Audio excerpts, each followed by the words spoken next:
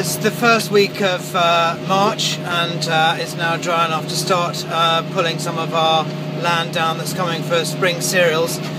This field here you can see is covered in green weeds, most of it being black grass, and so we're going through once with cultivator. This vibratil, sorry I can't get a very still picture because it's very bumpy, but this is our first pass with this cultivator. And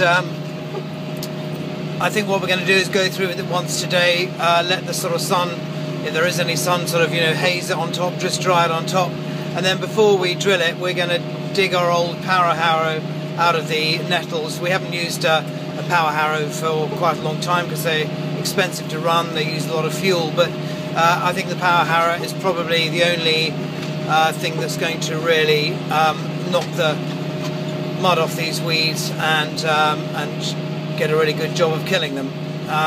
So first pass with the cultivator and then with the power harrow. There's a shot of my neighbour over there in the distance sort of doing a bit of spraying. Unfortunately we can't do that organically to get rid of this rubbish.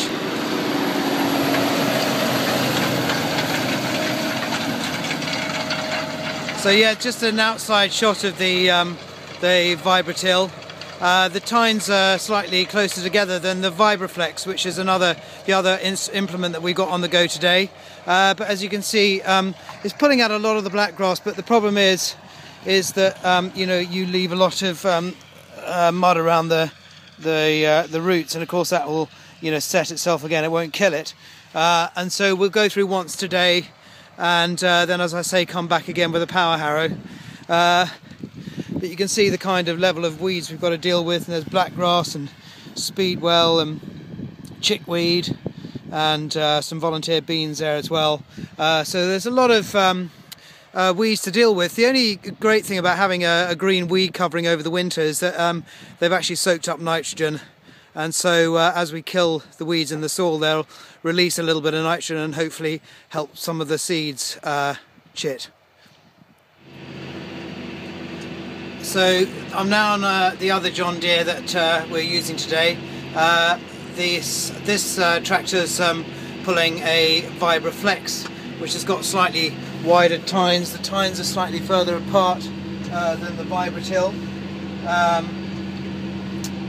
which means, and we've got a sort of harrow on the back to help sort of level it out behind the Vibratil. Sorry, the Vibraflex.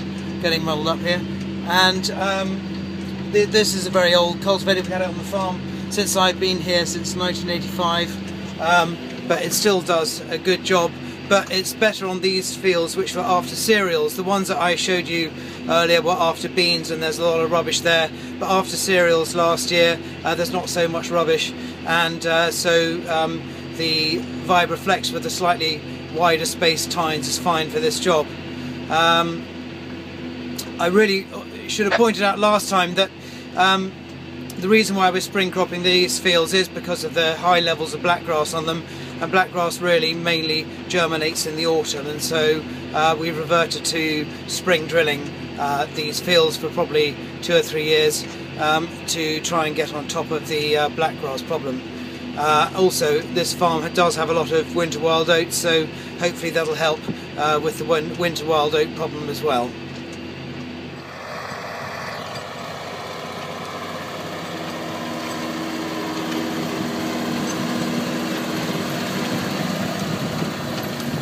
Yeah, so that's the Vibraflex. You can see that it's got much bigger springs on there, but so it's a more sturdy machine.